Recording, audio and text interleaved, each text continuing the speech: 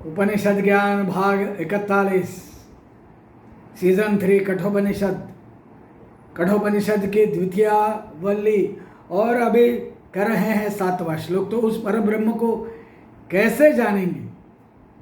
यदि परब्रह्म को जानेंगे तो जन्म मृत्यु के फेरे से निकल जाओगे। हमने अपना विचार रखा कि जन्म मृत्यु के फेरे से तो हम नहीं डरते हैं, लेकिन इस जन्म में जो श्रृंखला बने हुए हैं हमारे पाँव में है, उन श्रृंखलाओं से तो मुक्त होना है। क्या श्रृंखला है? बहते जाते हैं हम, यह है श्रृंखला नंबर 1। बहते जाते हैं, या तो कोई पैसे के पीछे बहता जाता है, कोई प्यार के पीछे बहता जाता है, कोई खाने के पीछे बहता जाता है, कोई सेक्स के पीछे बहता जाता है, अलग अलग प्रकार से कोई रिलेशंस में बहता जाता है, अलग अलग प्रकार से बहते जाते हैं। हमारा कंट्रोल नहीं रहता। हमें तैरना है। अभी तो बहुत लोगों के तैरने की शुरुआत हो गई होगी। अभी तो स्कूल्स चल रहे हैं, स्कूल्स खत्म हो गए, बच्चों के तैरने की मजा आता है। हमें तैरना है, बहाव में आके घसीटते हुए नहीं जाना है। लाइफ में जो बहते रहते हैं, हमने जो बातें बताई उनमें जो बहते रहते हैं, बहाव में आते हैं।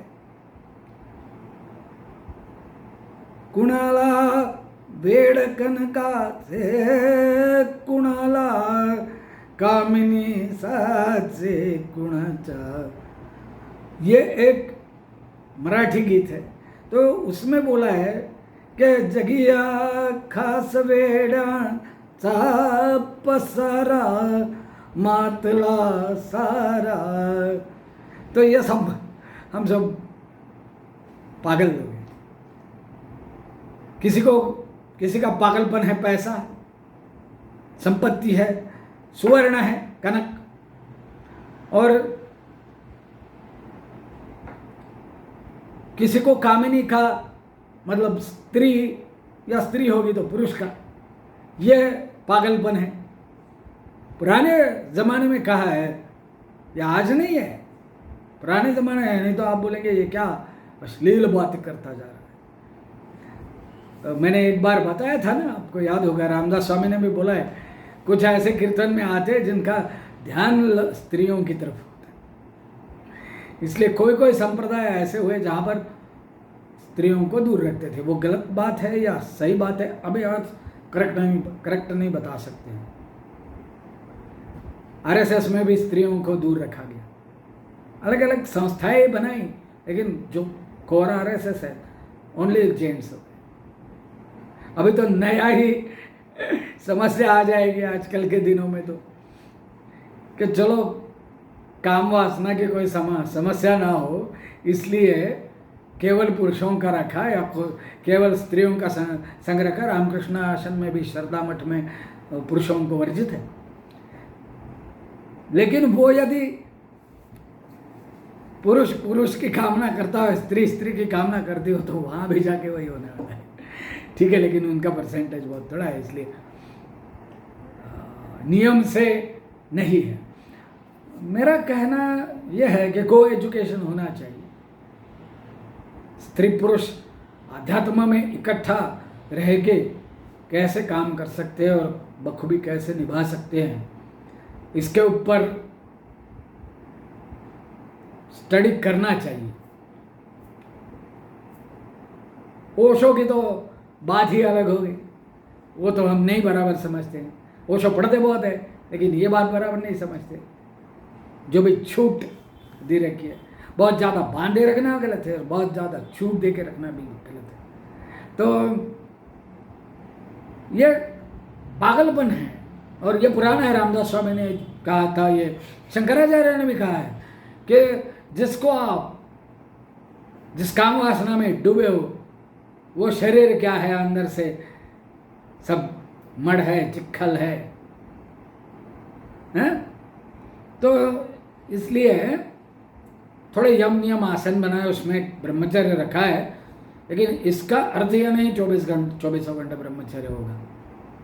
और ब्रह्मचर्य के भी दो अर्थ होते हैं, बताया है, नहीं तो फटाक से कोई एकदम विरोध प्रदर्शित कर देगा। ब्रह्मचर्य का मूल मतलब है ब्रह्म से लगाव रहना, प्रभु से लगाव रखना, और उसमें यम नियम में आता है।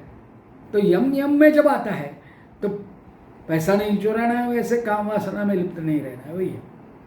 तो जब भी आप मुक्त का मतलब क्या है आज के तारीख में मेरे लिए, तो मुक्त का मतलब है इनके बहाव में मैं ना हो। मुझे पैसा कमाना है, जरूर कमाना है। जो युवा लोग हैं उनके लिए काम भी आवश्यक है, लेकिन इसके बहाव में नहीं आना चाहिए। जो भी क्राइम्स होते हैं, लाइफ डिस्टर्ब होते हैं, वो बहाव में आने के कारण होते हैं। पैसा बुरा नहीं है। कभी कभी ऐसे गीत हुआ करते थे, बुरा पैसा वगैरह वगैरह, या थियरी होती थी, फिलोसॉफी होती थी। बुरा नहीं है, बिल्कुल बुरा नहीं, भाव में नहीं आना चाहिए। तो सांप्रदाय प्रतिवादी वो तो उनको तो वह सुनने को भी नहीं मिलता। अभी ब्रह्म किसको मिलेगा? तो थोड़ा जिसका कंट्रोल होता है उसको ब्रह्म के साथ रहने से, योग करने से उसको और कंट्रोल आता है, और फिर वो और ब्रह्म करता है। ब्रह्म करना क्या है? आध्यात्म करना है। अध्यात्म करना क्या है? आत्मा से जुड़े रहना है। आत्मा का मतलब ही ब्रह्म है। तो मैंने एक दूसरे वर्ड्स कॉइन कर दिए कि ब्रह्म करो। हाँ, तो किसको मिलेगा ये ब्रह्म? तो ये तो बहुतों को सुनने को भी नहीं मिलता है। और भी एक है, बहुनाम जन्मना मनते ज्ञानवान माम प्रपद्यते। तो बहुत जन्म निकल जाते हैं, तो बहुतों को तो वह सुनने को भी नहीं मिलता। बहुत से लोग उसे सुनते हैं, मतलब उस परब्रह्म के बारे में सुनते तो जरूर है। बहुत सुकृताची जोड़ी म्हणूनी विठ्ठली आवडी, संत वचन है कि मैंने कुछ पिछले जन्म में, वो पिछले जन्म को हमारे पूरे अध्यात्म में मानते, जो बहुत मानते थे, तो बहुत सुकृतांची जोड़ी म्हणून विठ्ठली आवडी। तो मेरा कुछ किया है अच्छा पिछले जन्म में, इसलिए मेरे को ये प्रभु विठोबा का प्यार हो गया। प्यार होना है, उससे अच्छा है, सबसे अच्छा उससे होना है। सब बहन भाई हो या और कोई हो, सभी प्यार की एक मर्यादा होती है। उसके भाव में हम बह जाते हैं, दुखी हो जाते हैं, तो उससे भी लगाव की जरूरत। इसलिए तो बहुतों को उसका कहने वाला विरला है, उसको पाने वाला कोई कुशल ही है। उसको पाना है कोई आसान बात थोड़ी है ना, है सब बड़ा मुश्किल बात है। कुशल गुरु के उपदेश से कोई विरला ही उसे जान पाता है। तो पहले तो उस परब्रह्म को बारे में सुनना भी बड़ी बात है, सुनने के बाद उसके लगाव में रहना और इम्पोर्टेंट बात है। और फिर गुरु अच्छा मिलना चाहिए। मेरा अभी भौतिक शरीर में कोई गुरु नहीं है। यहाँ माउली है बैठे हुए, दिखा दूं एक बार आपको फिर से, बस इनके आगे पीछे कुछ नहीं है। तो माउली, हाँ, तो मैं कह रहा था जो लोग बड़े प्यार से सुन रहे हैं उनके लिए थोड़ा एक और विषय भी मैंने आज बोलने का मन बनाया है। वो है कि पिताजी के बारे में वीडियोस में आता है, माताजी के बारे में कुछ नहीं आता है। इसलिए कुछ लोगों को लगता होगा ये सेक्सिस्ट है, मतलब फर्क करता है स्त्री पुरुष में। वैसा नहीं है, या पिताजी को ज़्यादा चाहता हूँ, वैसा नहीं है। ये मेरा पर्सनल बात है, लेकिन पिताजी का उल्लेख बहुत बार आने के कारण, 2-3 बार तो आया होगा। आज ये थोड़ा खुद पे ले रहा हूँ कि माताजी का क्यों नहीं। तो इस कारण कि हम यहाँ उपनिषद में पिताजी का उल्लेख होने का कारण, एकमात्र कारण है वो आध्यात्मिक थे और माताजी है। तो मैंने मेरे किताब में प्रीफेस में पहले ही लिखा था कि ब्रह्म प्राण पिता और ह्यूमनिस्ट माता, इनसे मुझे दोनों चीज़ें मिल गई। मतलब माता जी से ह्यूमनिज़म मिल गया और पिताजी से ये अध्यात्म का मिल गया।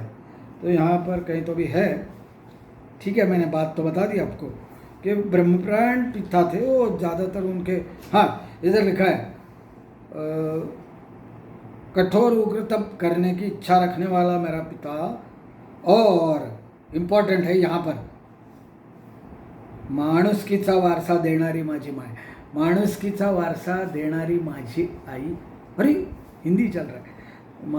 मानवता प्रदान करने वाली मेरी माँ, अभी 90 साल की है, अच्छी है, बेड रिडन है, उसको कोई विकार नहीं है, बड़े वाले कमर का बड़ा विकार है। तो उन माता जी के बारे में ये बात आती है कि माता जी बहुत सबके चिंता करने वाली स्त्री। तो एक जो काम करने वाली स्त्री थी हमारे पास, कपड़े धोने वाली। एक उदाहरण मैं बता रहा हूँ, बाकी बहुत है उसकी यादें तो बहुत है माँ की, अभी है माँ लेकिन यादें भी बहुत है।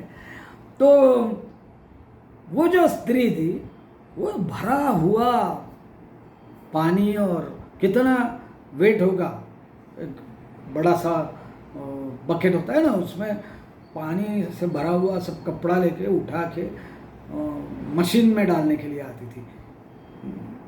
वो लास्ट होता है ना, बाकी धो के वगैरह लाती थी। तो माता जी उसकी इतनी चिंता करती थी, बार बार बताती कि थोड़ा 2 बकेट में करो कपड़ा और ये जो भी धोया हुआ पानी, और एक एक करके लाओ, कमर जाएगी तुम्हारी। इतना प्यार से जो कर्मचारी है उनकी चिंता करना, यही मानवता है, मैंने सीखा है। बार बार वो वही करती थी लेडी काम करने वाली, और बार बार माता जी वही बताती रहती थी, वो छोड़ती नहीं थी कि 2 बकेट में लाओ, 1 बकेट में लाओगे तो स्लिप डिस्क हो जाएगा, कुछ हो जाएगा। तो ऐसा सबकी चिंता करना, सबका भला सोचना, सबके लिए कुछ ना कुछ करते रहना, ये था हमारे माता जी का। अभी यहाँ फोटो आ गया है डिस्प्ले पे, तो चलो ये है, कभी माता पिता का फोटो भी दिखा दूंगा। तो और गुरु, तो माता पिता पहले गुरु होते हैं, इसलिए उन दोनों के बारे में बता दिया, ज्ञानेश्वर माउली के बारे में बता दिया। आज गुरु की बात चली है उपनिषद में, द्वितीयावली के 7वें श्लोक में, इसलिए ज्ञानेश्वर माउली पिताश्री और माताश्री का ये पूरा सब आ गया। तो आज के लिए एक श्लोक ही है, काफ़ी है। ओंकार ध्यान अब हर बार करेंगे। अभी 10 मिनट का जो कैप था वो निकाल दिया, होगा नहीं, जितना बन पाएगा उस दिन उतना करते जाएंगे। चलो मेरे साथ, मैं आपके साथ करता हूँ, आप मेरे साथ करिए। ओंकार ध्यान होगा। अभी आज ही पढ़ रहा था छांदोग्य उपनिषद, उसके पहले एक उपनिषद आया, तो ये ओंकार का और भी कुछ मालूम हो गया। अभी आगे जब आपको देखने को मिलेगा तब योग आना चाहिए। तो मैं ये शेयर का थोड़ा सॉरी ठीक है, भगवान की कृपा है, सबका भला हो, सब सुखी हो जाए। आज माता जी का दिन है, उनके प्रतिष्ठापना हो गए, चैत्र का नवरात्र, जगन माता, और आज रमज़ान ईद है। तो मेरे इस्लामिक भाइयों को बधाई हो। तो अभी ओंकार में चलेंगे।